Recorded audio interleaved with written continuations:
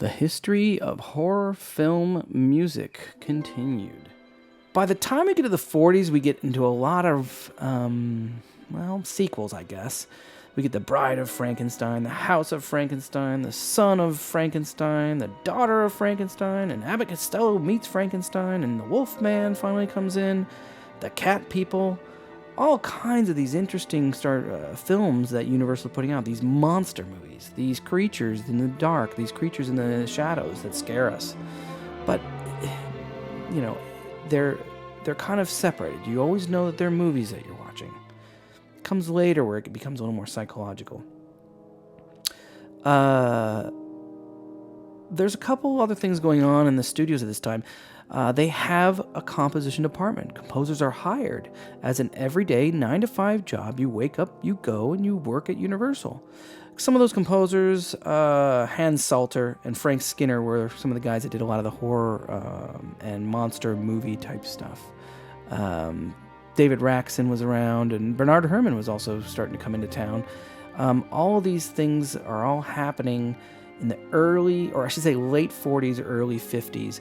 There's just a studio job. Now that doesn't exist at all anymore. All composers are freelance. We have nothing to do with being hired by a studio.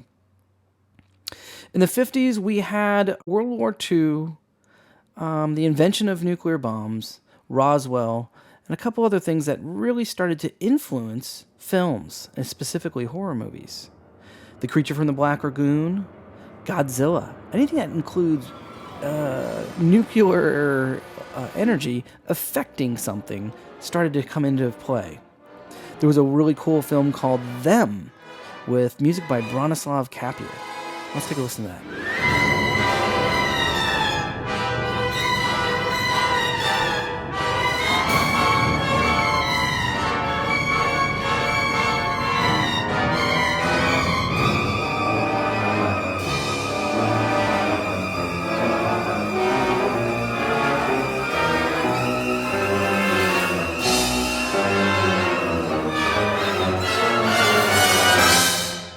Now, at this point, you've got a lot of creature features, mutants, drive-in films, but these are still monster movies. They're not psychologically under the skin yet.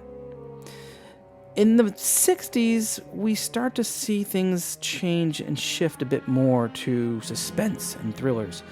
But before that, Roger Corman did a bunch of Edgar Allan Poe films with The House of Usher, The Raven, The Mask of Red Death, and a bunch of these films for a British company, and these were the Hammer films.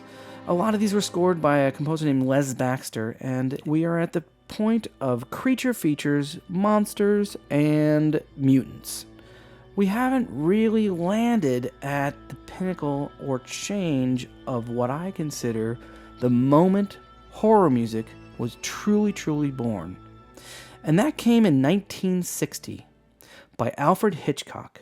And he brought out this movie, or he created this movie, with his own money, mind you, called Psycho, with a score by Bernard Herrmann.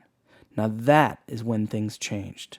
That was the moment that film music, horror film music, was born.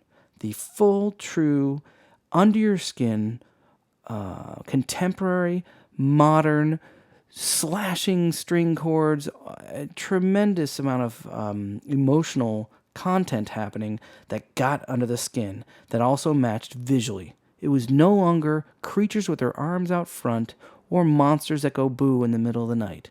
This was a whole other genre. And let's take a listen to this. This is one of the well-known shower scenes from Psycho.